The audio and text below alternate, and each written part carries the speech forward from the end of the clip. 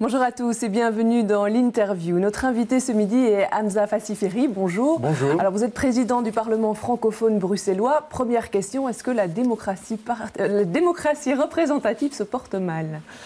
Alors c'est vrai que depuis un peu moins d'un an maintenant que j'ai pris mes fonctions de président du Parlement, c'est une fonction qui donne un peu de recul par rapport au travail parlementaire classique.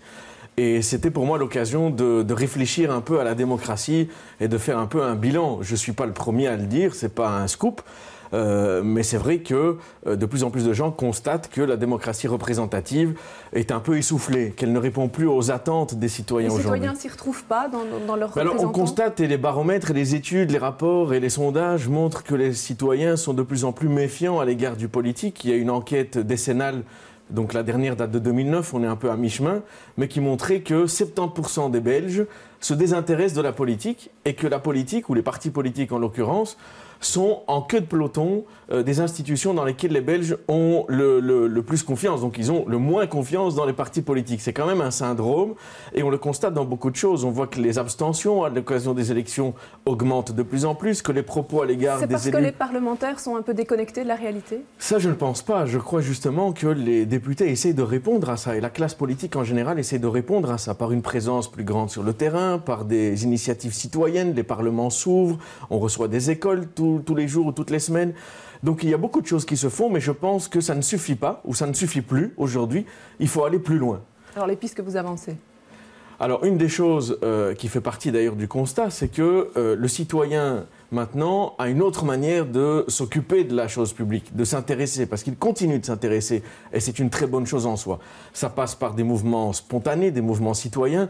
Je prends l'exemple d'une actualité de cette semaine, c'est pas chez nous, mais les tendances sont identiques. Regardez en Ukraine aujourd'hui, tout le mouvement pour rejoindre l'Union européenne. C'est un mouvement qui n'est pas né dans les partis, il n'est pas né dans les syndicats, il n'est pas né dans les corps constitués, il est né dans les mouvements citoyens spontanés. Donc les citoyens s'intéressent toujours, ils passent par Internet, ils passent par les blogs, ils interpellent directement les élus. Et donc, la conclusion pour moi de cela, c'est qu'il faut impliquer le citoyen dans le débat et surtout dans la prise de décision politique. Donc il faut instaurer une démocratie participative. Il y a eu une journée d'études hier au Parlement. Exactement. Et donc pour réfléchir un peu à toutes ces questions-là, j'ai proposé au bureau du Parlement qui a accepté à l'unanimité, et je les remercie pour ça, d'organiser une journée d'études, un colloque sur la démocratie participative pour voir un peu ce qu'on entend derrière ce mot qui peut être un peu un mot valise, mais pour voir les expériences concrètes que d'autres pays ont menées pour que nous, on puisse nous en inspirer en Belgique et à Bruxelles en particulier. Expérience concrète, il y en a une à Bruxelles, c'était le G1000 qui avait transmis des conclusions fin de 2012 au Parlement. Qu'est-ce que vous en avez fait dans votre assemblée ? Donc le G1000, ça c'est une initiative à 100% citoyenne, donc qui n'a pas associé les institutions. Ils ont informé les institutions de leur démarche, mais ils ne les ont pas associées. Et donc c'était une très belle expérience dont ils ont eux-mêmes... Il en a sorti quelque chose ? Ils en ont tiré un certain nombre d'enseignements. D'ailleurs, un des porteurs du G1000, David Van Reybrouck, devait venir parler hier au colloque. Il a eu malheureusement un accident de santé, mais il a sorti un livre pour aller plus loin dans ses idées. Et donc, c'est une expérience dont il sort des choses positives. Une des choses qui en sortent, c'est qu'il faut associer les citoyens et les institutions. C'est bien de faire un G1000 sans les institutions, mais si à un moment on veut raccrocher cela à la décision, aux lois, à la fabrication des lois et aux politiques publiques qu'on mène, il faut un lien avec les institutions. Pratiquement, qu'est-ce que vous proposez pour institutionnaliser cette démocratie participative ? Alors moi je porte deux propositions en tout cas concrètes. La première, c'est renforcer le rôle du Parlement. Il faut que le citoyen, lorsqu'il vote, voit que son vote est utile, que donc l'élu a vraiment un pouvoir, que tout le pouvoir n'est pas dans les gouvernements, mais aussi au Parlement sur lequel il a un contrôle. Et donc renforcer le Parlement passe pour moi par lui donner une nouvelle mission, par exemple, qui est l'évaluation des politiques publiques. Combien de lois on fait et qu'on n'évalue pas, et qui marchent ou qui ne marchent pas, mais finalement on ne s'en préoccupe plus. Or, c'est important de les évaluer, de dégager des budgets lorsqu'ils ne sont pas utilisés, de les remettre dans autre chose. Donc, il faut évaluer. Là, on est au niveau strictement parlementaire. Là, on est au niveau strictement parlementaire. Démocratie participative. Alors, l'autre proposition que je porte et qui, elle est purement participative, c'est de permettre la création de panels citoyens tirés au sort parmi la population qu'ils souhaitent, pour que ces panels s'expriment sur des sujets d'actualité, sur des sujets de société. Et le résultat de ce travail dans les panels sera renvoyé ensuite au Parlement qui devra statuer. Et s'il suit eh bien voilà, il donnera une suite concrète au panel citoyen. S'il ne suit pas les propositions, il devra les motiver. Comment on choisit ces personnes? Vous parlez de tirage au sort, on choisit dans la population en général? Alors là, il y a aussi plein de modalités. Ma proposition, c'est, en tout cas, dans un premier temps, c'est de partir sur base volontaire, donc de voir un peu dans la population celles et ceux qui sont d'accord sur le principe de participer à ce genre de panel, et alors de tirer au sort parmi ce panel avec une condition, une contrainte, c'est qu'il soit représentatif de la population. Ouais, on ne risque pas de tomber toujours sur les mêmes personnes, des gens hyper sensibilisés qui sont déjà dans des lobbies, dans des mouvements. Et c'est justement l'intérêt du panel tiré au sort, c'est que en tirant au hasard parmi la population et en mettant des critères d'échantillon représentatifs, on a la garantie que celles et ceux qui s'intéressent à la chose publique vont être tirés au sort, celles et ceux qui ne suivent pas l'actualité vont aussi être tirés au sort. Ils parleront précisément de quel type de sujet?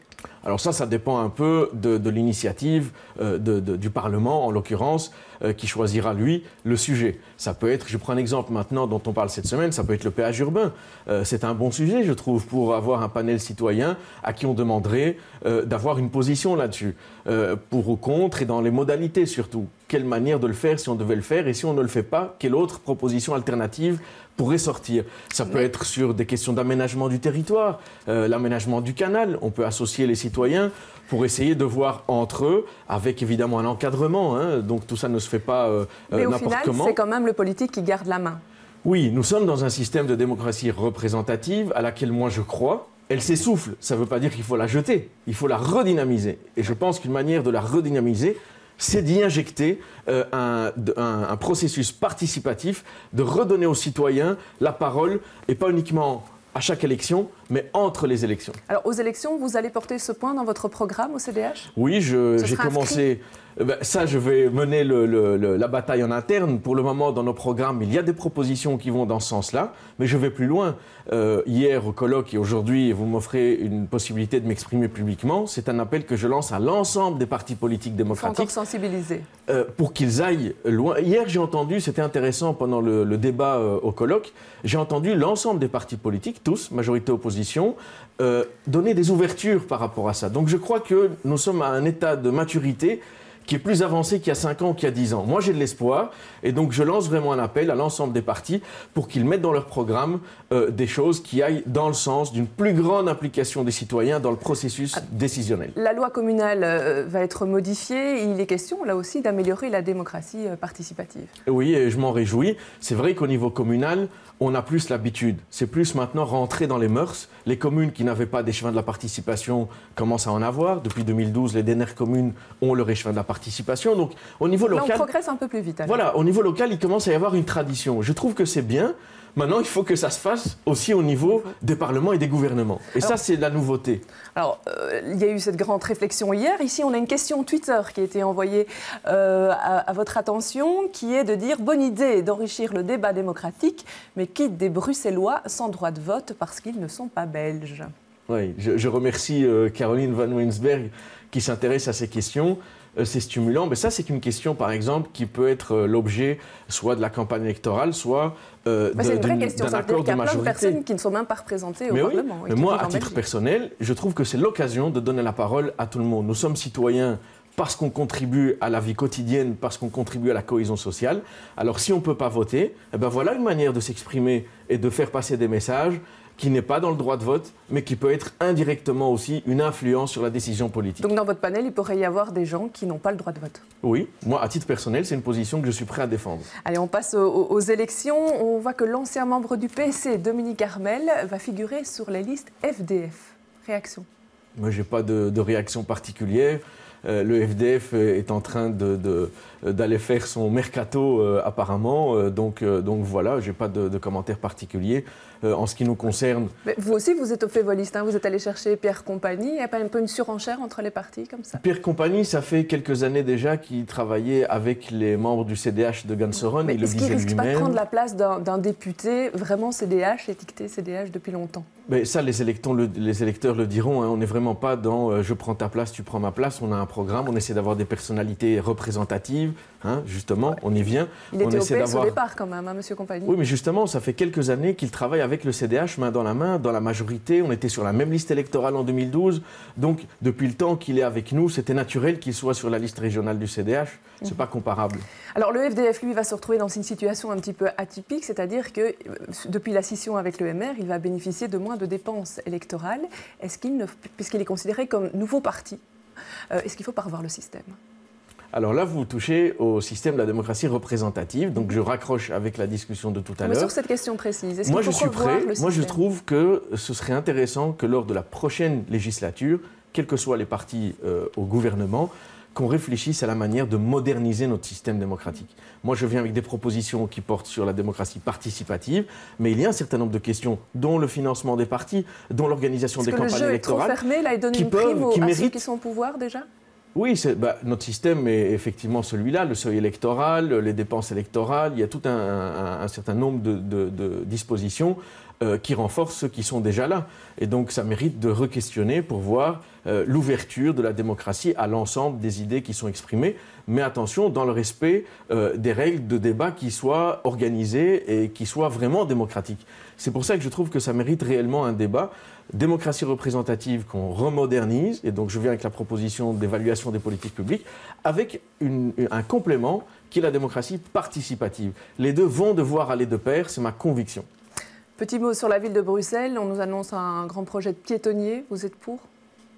C'était dans notre programme électoral, maintenant il faut voir les modalités. Vous voulez soutenir le projet de la majorité ? Je vais regarder les modalités, on a un débat au Conseil communal dans 2 semaines ou 3 semaines, donc on va entendre ce que la majorité a à dire. Je constate en tout cas que depuis 1 an et demi que cette majorité à la ville est en place. Ils annoncent comme des nouvelles choses, des choses que nous avions lancées nous-mêmes à l'époque. Maintenant, il faut vraiment regarder les modalités. Mais sur le principe, nous trouvons effectivement, le groupe CDH, qu'il faut refaire vraiment l'aménagement du centre-ville. Donc vous pourriez les soutenir ?